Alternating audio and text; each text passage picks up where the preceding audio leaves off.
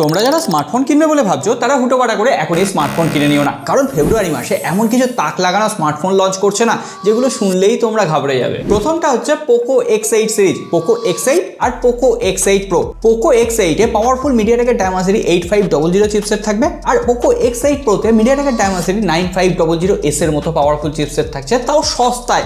এরপরে obviously camera লাভারদের জন্য ভিভো V70 সিরিজ আসছে, ভিভো V70 আর ভিভো V70 Elite।